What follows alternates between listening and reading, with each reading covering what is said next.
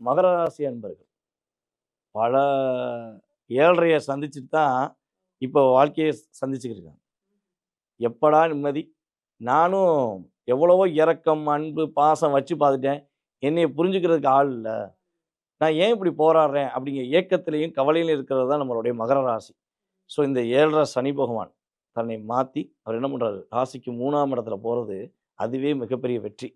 இதுக்கு அடுத்தபடியாக 3ஆம் இடத்தில் இருக்கும் ராகு 2க்கு வர்றது மிக அமோகமான யோகம். பொருளாதாரம் கையில காசு இல்ல.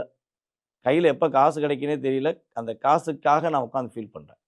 என்னுடைய வாழ்க்கையில காசு தான் பிரச்சனை அப்படின்னு சொல்லி ஃபீல் பண்ற நம்மளுடைய மகர ராசி அன்பர்களுக்கு பணம் உறுதியாக தேவைப்படும் அளவை விட கொஞ்சம் அதிகமாக வரும். கொட்டோ கொட்டும் அப்படின்னு சொல்லுவாங்க பார்த்தீங்களா? அந்த காலகட்டம் தான் மகர ராசிக்கு இந்த அற்புதமான சூழ்நிலைகள். அந்த அளவுக்கு ஒரு பணம் வரும். ஆனா, அந்த பணத்தை பாதுகாக்கும் தன்மை மகர ராசிக்கு இனிமேலாச்சும் வரணும். இவ்வளவு நாளா இருக்கிறதெல்லாம் அள்ளி குடுத்துட்டேன். இவன் கேட்டான் குடுத்துட்டேன். ஆ ஃபேமிலில கேட்டாங்க குடுத்துட்டேன். எனக்குன்னு சொல்லி பார்த்தா ஒரு ரூ. 100 தான் வச்சிருக்கேன் அப்டிம்பாங்க. ரூ. 10,000 கையில இருந்தாலும் அப்படியே அப்படியே தானம் குடுத்துட்டு, கையில ரூ. 100 வச்சுட்டு அத வச்சு சாப்பிடலாமான்னு நெனைப்பாங்க.